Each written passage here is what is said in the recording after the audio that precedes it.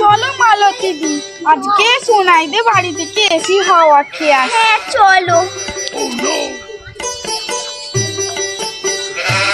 ওই সোনাই খোল না রে। কে? দাঁড়াও দাঁড়াও, যাচ্ছি। ও বাবা, কাকিমা এসো এসো, বসো বসো এসো।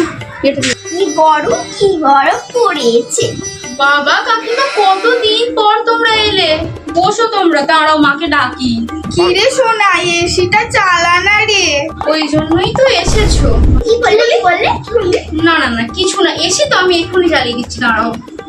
কি তোমরা কখন এলে গো? আমরা এই তো এলাম। সোনাই তুই তো বলিসনি। দাঁড়া, তোমরা বসো, আমি মিষ্টি আনছি। এ সোনাই একবার আয়। কেন? একবার আয় না। কই দেখি তো নেপালিশটা কেন। ও ওটা আমার নেপালিশ, তুমি রাখো, এক্ষুনি রাখো রাখো। কি নয় তো, কি কিছু নয় তো। তুমি আমার নেপালিশটা কেন বললে? ও মা, দিদি না মিষ্টি খাও। কিছু খাবো না। খাও না।